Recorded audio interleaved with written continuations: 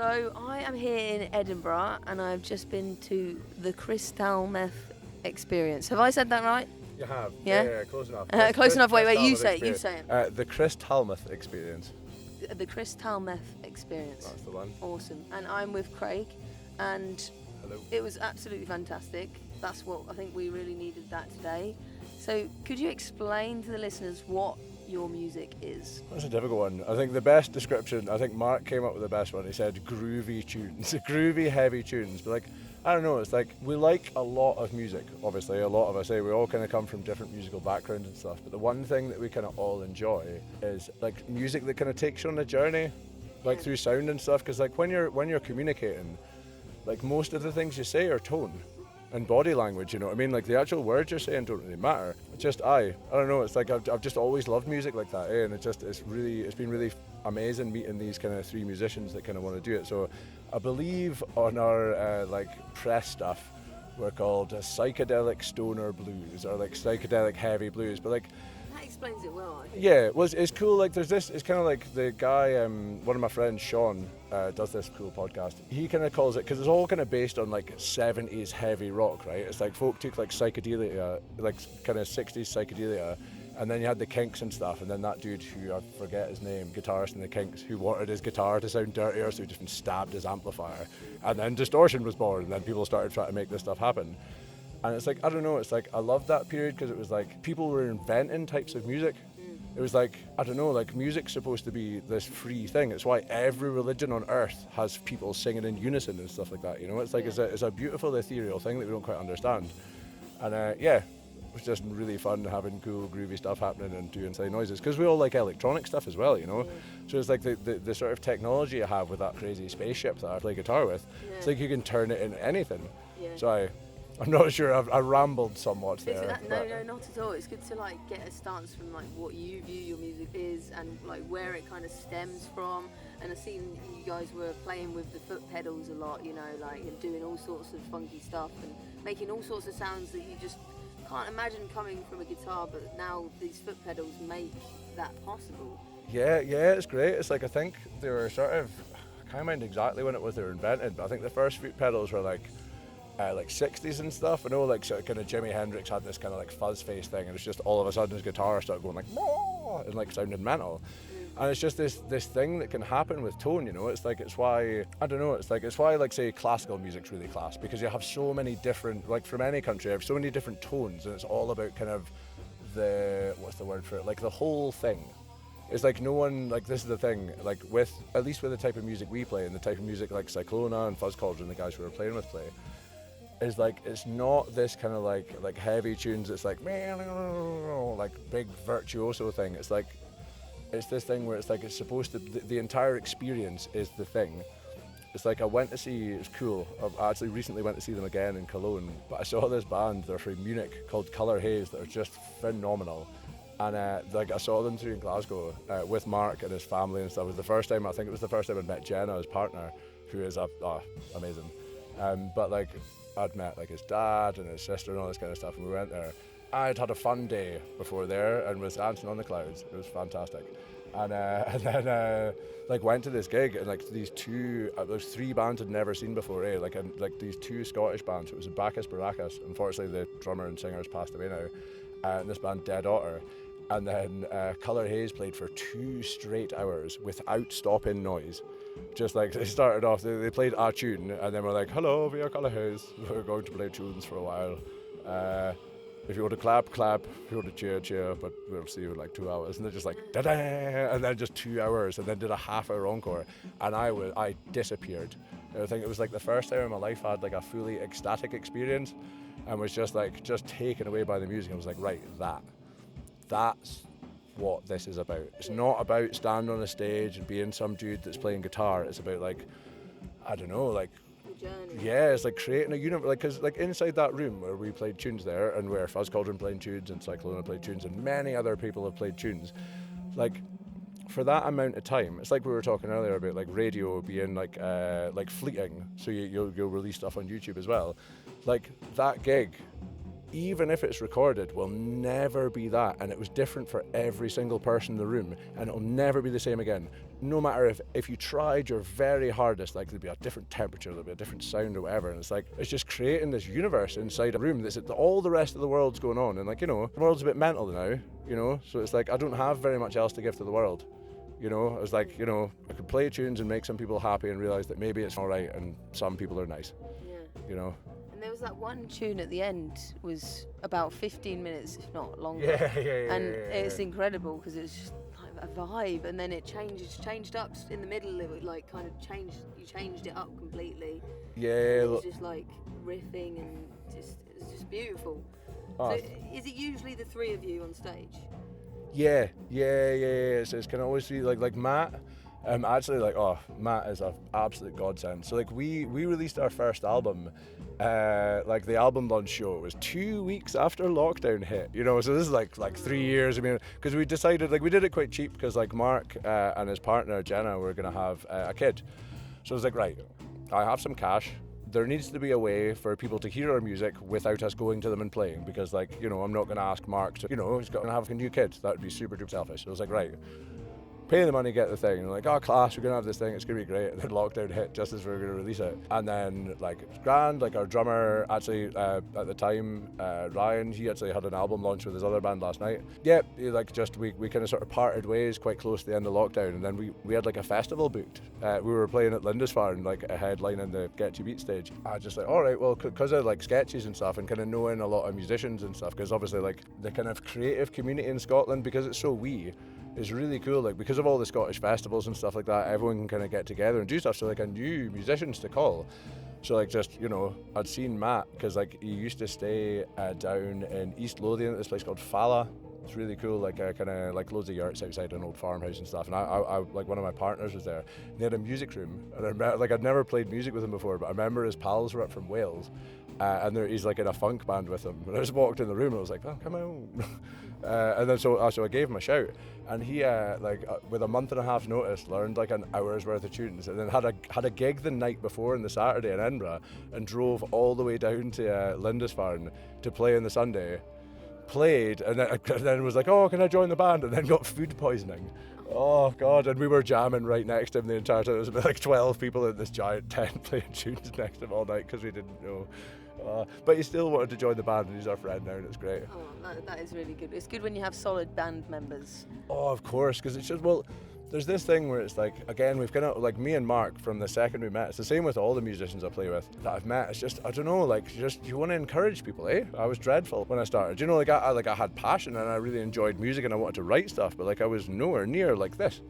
And what helped me was this really lovely community of people that welcomed me in and encouraged me to do stuff. I couldn't play bass guitar before, but now Sketchy is I'd met, so just some guy just gave me a bass guitar because I said I wanted to learn how to play bass. Yeah. Just oh, mine's under the floor, so I just got a new one, I'll just have it, so it's Just briefly, we'll touch on Sketchy Beats. Can you explain what that is?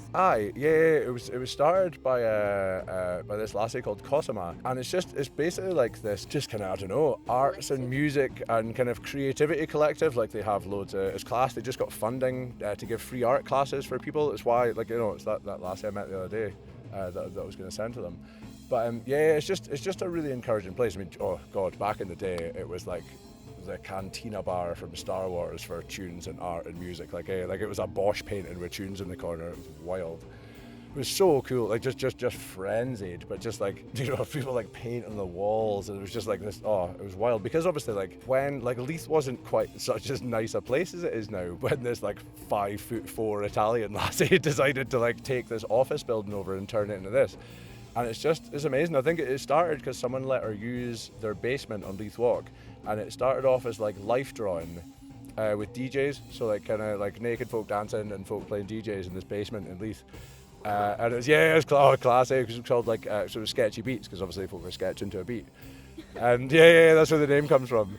And then they got the space, and it just more less kind of DJs went, and because it was an open space and they had instruments and stuff, just more musicians kind of went in there, and just loads of my pal Davey, who's in Nightmare, and was an addict, and now like he went to Sketches and was really good at playing bass, just was accepted, and now he's like starting up a tunes cafe for addicts to help them, because he's like, yeah, really, it's like, yeah, it's just so cool. I can't even imagine the amount of bands that have come out of this place. But yeah, now it's really cool. Annoyingly, modernity has taken over, because they took away the really cool, like, ruined Art Deco cinema that it used to be next to it, and built fancy flats, and they don't like noise there. So unfortunately you can't jam till 9 o'clock in the morning in Sketches anymore. But we still do jams and we still do stuff, and it's really cool. It seems to have it's kind of like matured as a space, yeah. I think, because it was just like utter frenzy and creativity and madness, and then it kind of had to rein it in. This kind of like new group of people have come in, so there's loads of really kind of cool spoken word stuff, loads of kind of workshops and everything. But yeah, it's just a really cool place. We also get to put on stages at festivals and then just be silly and silly in a forest. It's great, so. And you just let people come and jam. Oh God, we encourage it. It's like, it's why we're there, eh? It's like, cause played with you guys before. Yeah, totally. It's like, cause it's funny. Like, it's like, you go to a festival, especially somewhere like Kelburn or something like that, where it's like you're in a beautiful setting, and like so many of the people that go there, because it's like a musicians, like, it's people who really like tunes. They don't like a particular type of tunes. They just really like tunes. They go there, and funnily enough, most people that really like tunes really like jamming and kind of playing tunes and getting involved. So it's just this space where folk can just kind of go and be free and do stuff, It's like, it's super fun. Like, it's ridiculous. This is crazy that I get to do this and go and jump around the stage with my shirt off and play tunes. It's ridiculous. And people are like, oh yeah, do more of that. It's like, cool. So back to like the Kryss Talmeth Experience. Did I say that right again? Yeah, doing well. Oh, this is a funny one. After we brought the album out, there's this band called Wofat. I've listened to them for like 10 years. And their guitarist Matt has a new band, Momo Voodoo. So like when we brought our album out, he found me on Facebook and added me and was like, hey man, cool album, do you guys want to do a tour at some point? And I was like, oh yeah, very good. Yeah, I was like, oh cool man, that's class. And then he introduced me to loads of folk, and then we were like, wow, like podcasts in Denver and yeah, it was hilarious, Denver and Florida. Nice. But like, yeah, so these guys are gonna, I think, like, I've just started, I've been having meetings with my pal Bailey, this guy, just really, really, really cool guy in the kind of heavy tune scene. Like, he's worn every hat in the business other than playing tunes. It's class. So he's like a tour manager and stuff, so he's given me loads of advice on how to do it. But yeah, so I think next year in kind of summertime, somewhere between June, July and August, we're kind of going to do UK and come on. Some beeping out. Yeah, totally. Well, I mean, we are like in my car under a sort of cavern where lots of drunk people are. I mean, I think we're doing pretty well. Totally. Exactly. But yeah. It sounds great, everything you got installed, and I really wish you the best for the future. I'm going to ask you like one more question now. What is your inspiration? I don't know, like, there's just this thing, right? Like, so, like, there's some people that are very, like, we have, like, 5 or 6 senses or whatever, right? There's some people that are, like, really good with visual. That's obviously not me. I have different types of glasses so I can play tunes. And there's some folks that are really sort of, I don't know, like, mathematical. They're very ethereal and stuff like that. And, I don't know, there's just this thing where, like, I don't know, like, if sound frequencies just affect me slightly more than other people. It's just being around this thing, because I will never understand it. I'm going to try. Oh, it's really cool. I met a Finnish lassie recently who's going to try and help me, because she's like a PhD student in like fluid dynamics. And apparently, if you squint your eyes, you can model anything as a fluid. So music works quite well. So she's going to try and help me quantize what I think feel from music is, like, in mathematical numbers. Right. But yeah, I don't know. To me, it's the closest to magic there is in the world. Like, it's just from like an inanimate object, someone like, say that guitar that I play, or any other instrument I have.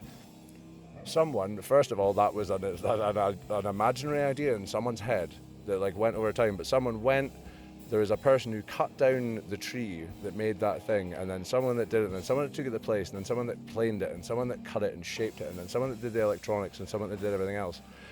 And they just made this piece of magic, that can just make a really, really cool noise and make people dance. It's glorious. So like foot pedals, like what's gone into that. Oh yeah, exactly. Yeah, totally. Well, it's so cool because it's this, like, you get digital ones, but these are all analog. So like every single one of the things is just a circuit. So someone has decided how to make electricity move to make those noises happen. It's really, really cool. And just it opens up this whole thing where you can just kind of express something like a little bit more. Because like I love acoustic music. I absolutely love it. It's beautiful. You're like sitting like in a corner and there's like a folk session right in front of you. Like at like Knocky and you're in like the Longhouse or something and there's just like a trad session going on. It's like that's beautiful. And I'm kind of like, I want to try and learn the fiddle so I can join in. But like, Hard. yeah, I find them hard. yeah, tell me about it, pal. Tell me about it. My neighbours might not I've be got that one. annoyed at me going and learning how to make my You can pedals get do mute stupid on. noises. I don't know if you know about that. Ooh, Yeah, this is good. I Oh, found out class. about this recently. Nice. Yeah, but it does change the way you play it. So Yeah, the muters, the nice. fiddles. I can go to the park at summertime. I can do it there. But yeah, just life in general, pal. It's just I understand the world that way. Like I seem to have gotten better at describing myself in words, but when I was younger, I really couldn't. Like tone was really all I kind of had, and it's just this way, like where it's the place I could be the most honest. Like, cause it's that's like what it is. Like I'm a fairly soppy, emotional chap. It would appear. But like music is just this release of all that stuff that just like I don't know. It feels like I can kind of put things I can't say in words into that, and like that's if it makes people smile and they dance around, why would I not want to do that? For sure. It's giving something positive to the world. Exactly. That's what it's about, I think. Definitely not going to be a scientist, so I might as well play tunes. Yeah, I suppose. I don't know what you'd call I don't know what you'd call it. You're sciencey in some way. Aye, yeah, well, no, It's not alchemy. Yeah, no. Well, I did do, like, when I went to uni the first time, I did attempt to do, it was really funny. I picked the wrong one, Like, I was like, oh, I really like science, I really like tunes, and I went to uni and did science, and, tunes is the one. Like, tunes is the one for me. I don't like getting up at 9 o'clock in the morning to go to lectures. It sounds like you're going to be doing some science with this, quantizing Oh, how yeah, you feel about music. What was amazing is, like, I still have lots of scientific ideas, I just don't know how to do them, but luckily I've met a genius, so I can be like, hey, I've got this stupid, like, I think I woke up in the morning after having a dream and just sent her a voice message, like, hey, I've got this idea, do you want to figure out why I think tunes are class? She's like, oh yeah, totally, I can do that, with maths. Man, wizards. Love it. Well, last of all, talk about the album then. Oh, the album, yeah. What is it called? It's called When the Wheels Fall Off, and it's there's a title track on it as well, and it's actually very funny. The picture on the front of it is actually a representation of what happened at 11 in the morning on a perhaps fictitious or not fictitious day. So it's my friend Susie on the front cover, and got up, and I had a very fun time. And I walked over and she was like, oh, would you like to have a smoke of this thing? I was like, oh yeah, on you go, fair enough. And then I went swimming in the place and had a rare old time. But yeah, basically like that weekend I visited several dimensions. I mean, it was very fun and it's really great having good pals that look after you. But it's sort of the thing, yeah, that's the tune there. But the album, kind of like a lot of it was written before lockdown. Like, and before Matt was in the band, so like because me and Mark, like the second we met, it's just like we really gelled, just like. And Matt is the drummer. Yeah, Matt's the drummer and Mark's the bassist. Yeah. So me and Mark met like actually 10 years ago this year, we met, and we met down at a studio and played. Anyway, sorry, tangents all over the place. But yeah, so it's like I don't know. It's like we kind of struggled to find, because he's a groovy man. I love the bass guitar and he plays it very, very well. But we just we didn't have this. Like, we wrote tunes together and it was all grand. But then like when we met Matt, as I said, this was just supposed to be a one and done. He was going to come down to Lindisfarne, and then it was like, oh, can I join the band? And we were like, yes, because he's like a jazz and funk drummer. It was just like perfect, because we like, again, it's going back to that kind of 70s style stuff where. The drummer is an instrument as well. It's an expressive instrument. It's not just the 2 and the 4, Like, it goes with everything. So like we played, and then we were playing the tunes and stuff, and then we just like we got to a point where we're like, right, like this, we could probably like we've played like quite a lot of really cool gigs. Like, it was class. Like, I think it was like 2018 or 19. Like, we played. No, I tell a lie. 2022. Played with like some of the biggest bands in the type of tunes we play, like in Edinburgh, and it was really, really cool. And people were saying that we were comparable. Like, you know what I mean? There wasn't like a thing, like, so it was like, all right, well, let's do this then. And it's like, because we're all really like Matt was just like the, you know, the final thing, like final piece of the puzzle, because he's just such a genuine, nice, non-egotistical person. He just wants the best for the tune and just wants the best thing. And we're all just like, going to band practice is really fun because we get to hang out with our friends, and like the recording process. Oh, it was great. We went to this, like, actually, yeah, massive shout out to Deep Storm Productions. Like it's a really, really cool place in they're near, is it near Straven? It's kind of like southwest Scotland, but like they've set up this place, like it's like an old farm cottage, like two old farm cottages next to each other. So one's a studio and you stay there, the other one. So we went and stayed there for 5 days the first time to get all the tracking done. Then I went back for 6 days myself. And then another day to do the vocals. But you're just like in just the most beautiful countryside ever, and you're living there. So like all the stuff is right next door. So just for 5 days, it's not like, oh, you're getting up and doing the life. You know, it's like it's being at a festival, but you're making tunes. It was the coolest thing ever. And just like the guy that works there, Kev, just like, it's like all these sound wizards. It's like, he just understands stupid musician speak for what they want to hear from the things. Like, oh, could you make it a bit strongier? And he does it, and you're like, yeah, that's exactly what I meant. Thanks, man. But just really cool. So it was a really fun experience. But like, it took a while. You know, we recorded it like, I think the summer before it came out, like the summer of the year before it came out, and then we brought it in December and stuff.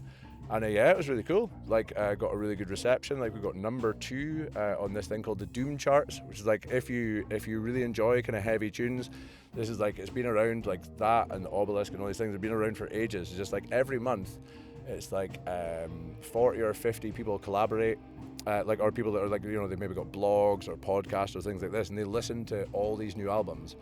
And then put them in there, do like a top 50. So I think that the December there was like sort of 3,500 albums or something. It was classic, but number 2, and then got to go on silly podcast and do things, and then just But yeah, no, the album's been really cool. Like it's interesting. It was a thing that had to happen because I think me and Mark both felt the first album, it was cool, but it was very like metally. It was very like straight and not swung. Like it kind of didn't have grooves. So like this next album, because we've been kind of working on stuff at the start of the year, it's kind of almost going to be sort of a combination of the two. So it's going to be quite like kind of riff based, but it's going to kind of have the groove and go kind of slow and stuff as well. So it's been really fun to write, because now. Where are you going to find it?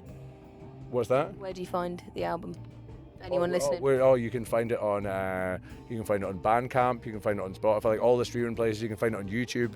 If you want to, you can get vinyl on Bandcamp and stuff, and T-shirts and stuff. But like also, if you just want to go on Bandcamp and listen to it, or go on Spotify, just like listen to the tunes, and if you like them, tell your pals about them. Like, we're no precious. Like, we don't want any money. We just want to play tunes. You're on Facebook, Insta. Yeah, Facebook and Instagram and all that kind of stuff. I hope Hal will put like, you'll spell the name, because I did it, quite possibly wrote the worst band name ever for explaining to people and telling them. That's why we got cards. So like, we'll do a wee thing and we'll like spell it out for you, and it'll be great. But yeah, we're on all of the stuff, and if you want to hit us up or whatever, like, and just say hello or whatever, like, feel free. Sweet. Well, thank you so much for your time. Cheers for coming down, pal. It's like really cool, you know. Really good experience for me. I hope you enjoyed it. You're right on. in the background silently. She's the producer. She's doing a grand job. Right, so thank you so much, and catch you hopefully at a festival's field some point. I think so, yeah. We'll be dancing and we'll both be dressed like unicorns or dinosaurs. That'll be great fun. Thank you.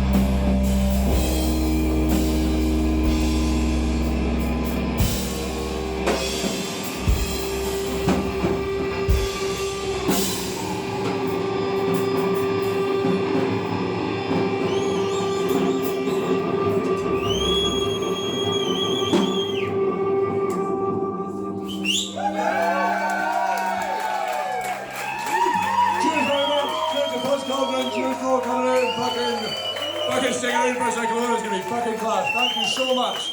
See you later. Cheers, Pino. I do, right on.